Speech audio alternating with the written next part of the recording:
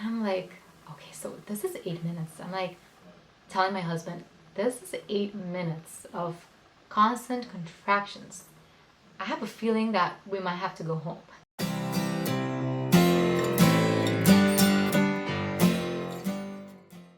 Hello everyone, welcome to my channel, Raising Rosas. My name is Shadia. I make motherhood and lifestyle videos. I'm the mother of a 7-month-old boy. Today I'm going to be sharing my birth story. I've been wanting to share this story for a while. It was a positive epidural free birth, and I know that there are women out there that are definitely looking for encouragement and also wanting to reduce their fear that surrounds giving birth and delivery. My baby boy was born August 25th, 2019 at 4:59 a.m. My birth story actually starts a day before that on August 24th, let's say about 3 a.m. or sometime in the night. I woke up in the middle of the night with mild cramps, and I didn't think much of it because I was feeling these cramps actually a few days before as well, and they always just went away. So I woke up, went to the bathroom, came back to bed. I didn't really think much of it. And once I woke up in the morning, I realized that I still had some pretty mild cramps in the background there. Almost non-existent, but they were there. And I felt more lethargic than usual.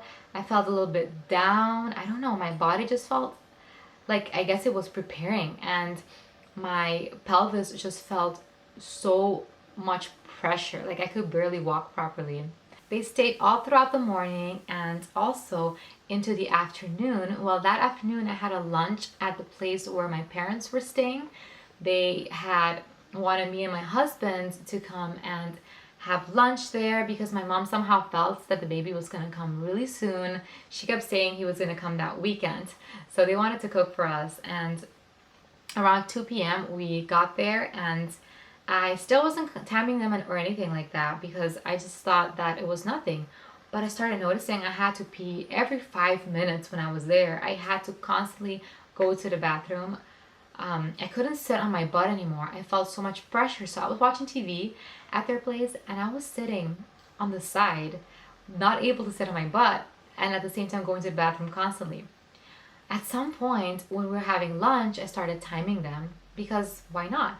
I started timing them, and they were coming every like 15 minutes, every 20 minutes, but there was a clear pattern to them. I could tell that this was, it was going up and then going down and then going up again and down, and there was a pattern.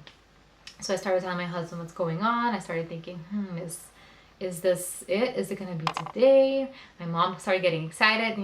She was like, yeah, you're gonna have that baby. If it's not today, it's tomorrow.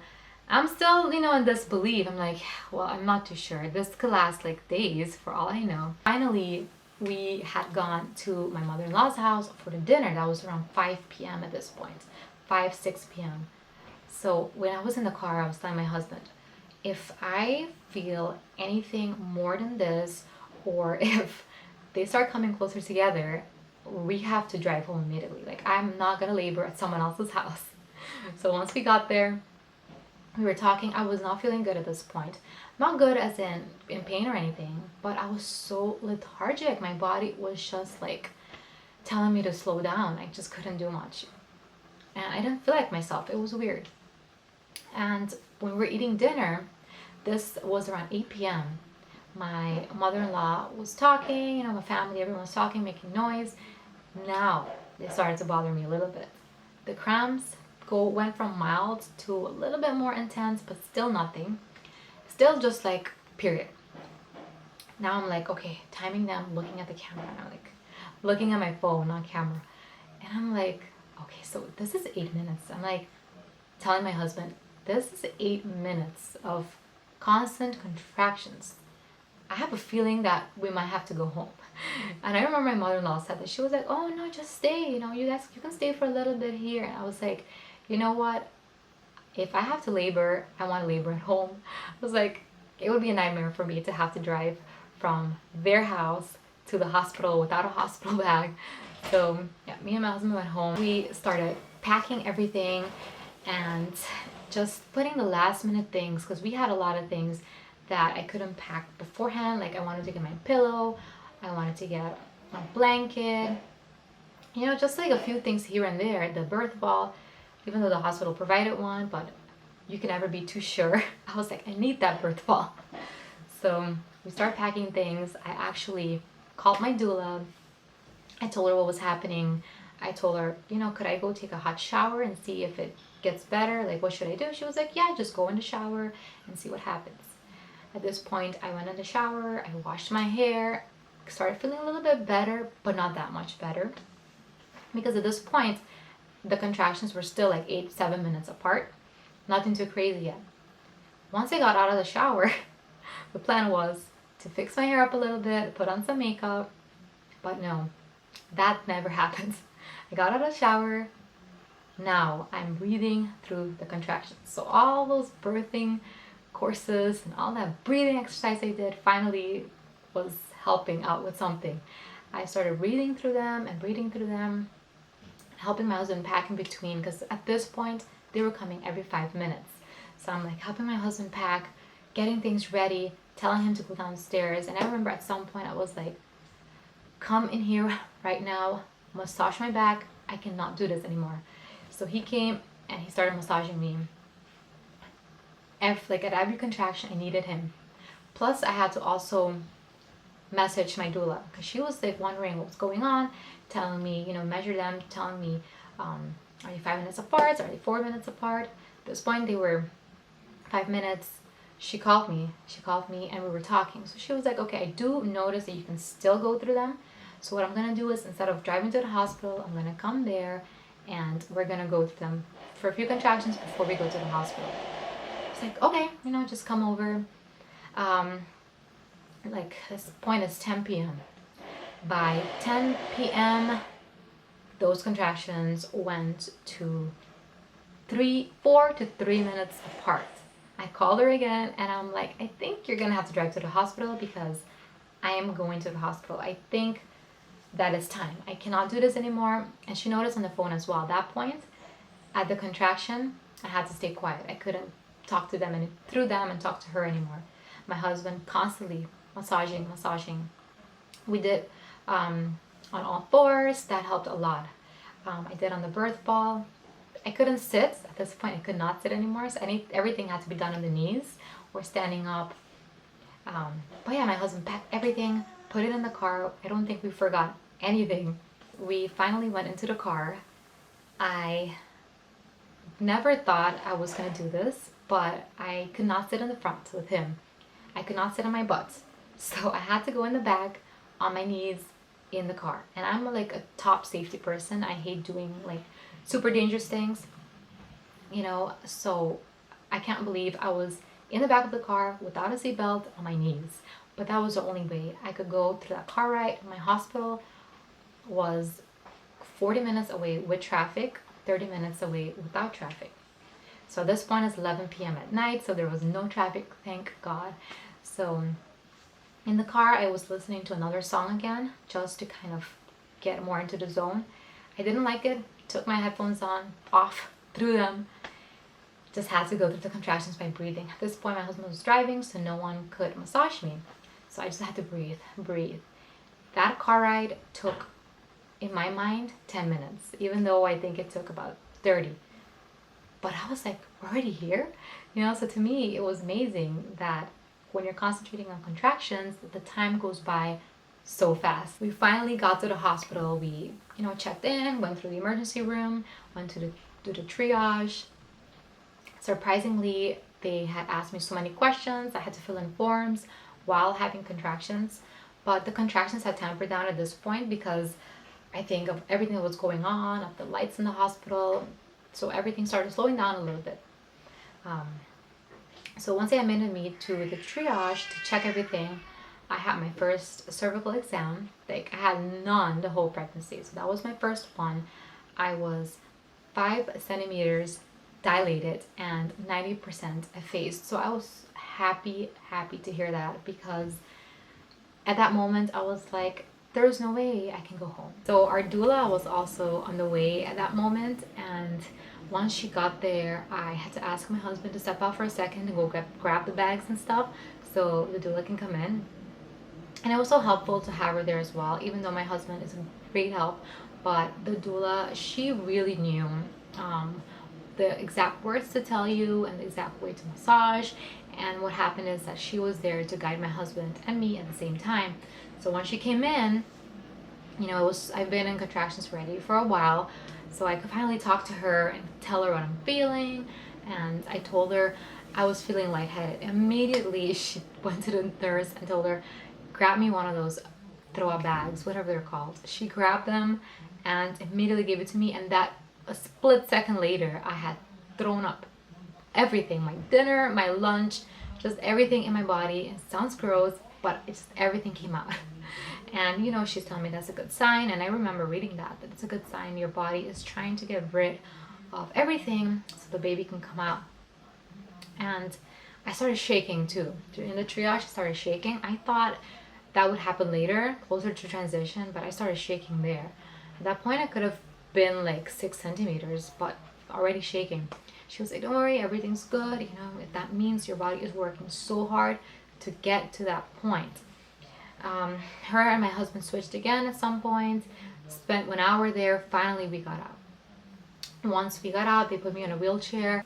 So this is where the timeline gets a little bit shaky for me, and I can't remember exactly.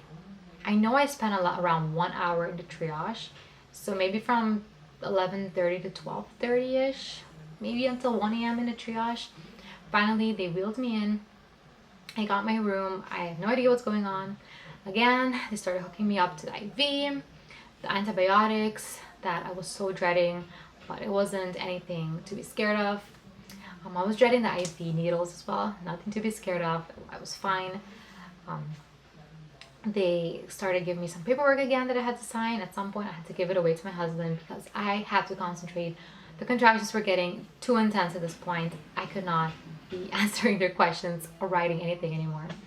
So at this point, I remember my parents were downstairs at the hospital trying to get into the emergency, but then telling them that they couldn't come in because my mom forgot her ID.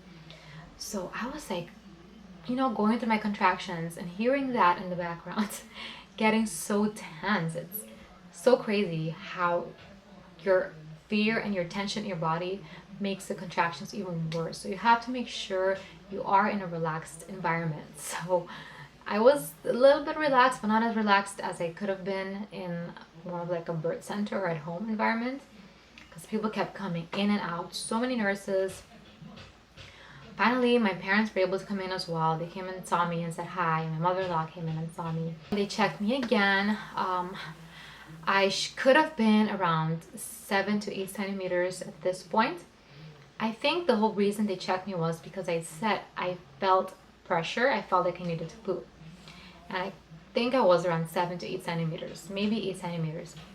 And I was on my knees, I remember, with this part of my body on the birth ball. I don't know what that position is called. So when I go back and look at my videos, I did different positions, but a lot of them were on the bed. But at that point, when I started feeling the need to push, or just like a feeling of pooping, I was down there, and they told me, you know what, come back onto the bed because that position might be putting way too much pressure. You might feel more comfortable on the bed. And I kept telling them, no, I don't think so. I don't think I'm going to be more comfortable on the bed. But honestly, they were right. At that point, I did feel more comfortable on the bed. So I came back on the bed. I was mostly like on the sides of the bed with them massaging my back, Esther, and my husband. But yeah, that moment when I said I have to go poop, they checked me.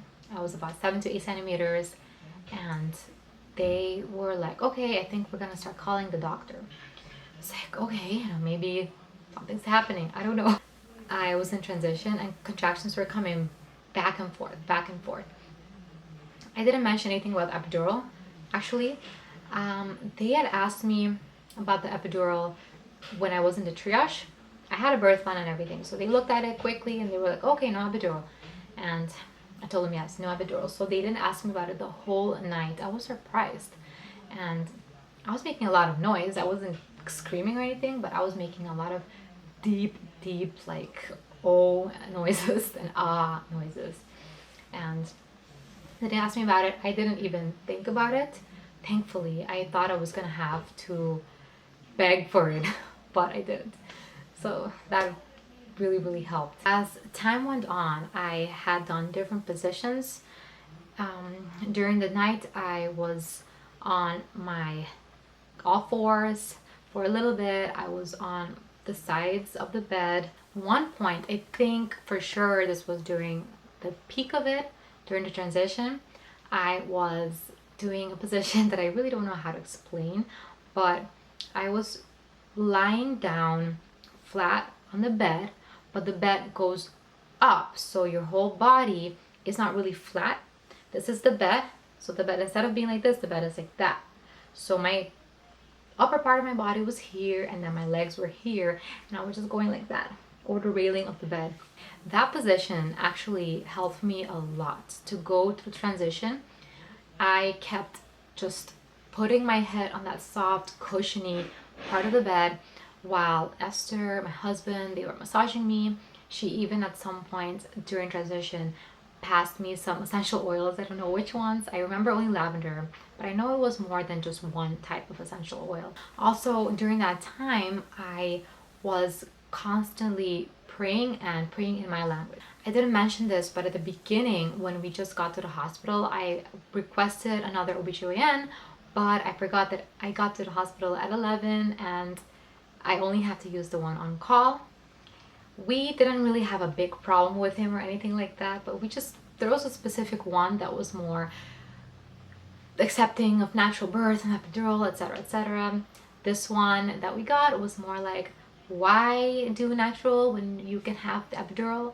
So I really didn't want him, but he was the main OBGYN at the clinic, so that's all good. The pushing part for me was actually something that I really did not expect would be so difficult. I concentrated so much on being able to go through active labor, early labor, transition, but I completely forgot about the pushing. I remember reading a few things about it, reading about how to push properly. I even saw 1 or 2 videos about it, but I never really focused on that. I just thought that I would be able to understand how to do it when the time came. Once the time actually came to start pushing, I was just tired, overwhelmed. There was a lot going on. The only good part about the pushing, at least, was that you knew the finish line was right there. But when I was trying to push, the doctor, the OBGYN at some point was like, okay, Shade, I'm not really seeing anything happening. I'm going to check you to see what the baby's doing at every contraction. So obviously he meant a cervical check. What I didn't understand was that he meant a cervical check while I was going through a contraction. Now, if I wasn't suffering before, now I really was. That actually was the hardest part, I think, of the entire labor. The most painful part, that I don't think this is standard procedure. I think this is something that he did. I'm not too sure. I'm not an OBGYN, but I didn't like it and it was not a good feeling. He had done a cervical check at the same time as that last contraction, and I was screaming at this point. I was screaming out of pain and telling him to stop. That actually was not good. That did not make me want to continue. But after he did that, he said, okay, you know what? I see what's happening now. I'm going to break your waters. Okay, great. Let's do that. I hesitated a little bit. I looked at my doula and I'm like, should I do this? But she reassured me that everything was fine. Breaking the water actually is going to help. OBGYN broke my water. Not that I don't trust the OBGYN, but I was so overwhelmed. I just needed more opinions. He broke my water and I just felt a gush of warm liquid come out, and I don't know what else came out.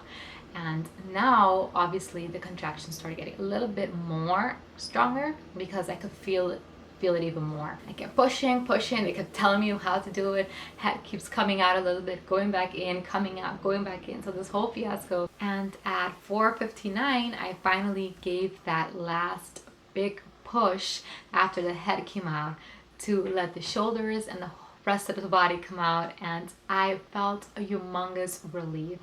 I always saw different YouTube videos where people gave birth and always wondered what they were feeling at that moment, especially the women that didn't have epidural, the sensation, I just always wondered what that sensation would feel like, but it's exactly how I pictured it or imagined it. It was just a feeling of overwhelming relief.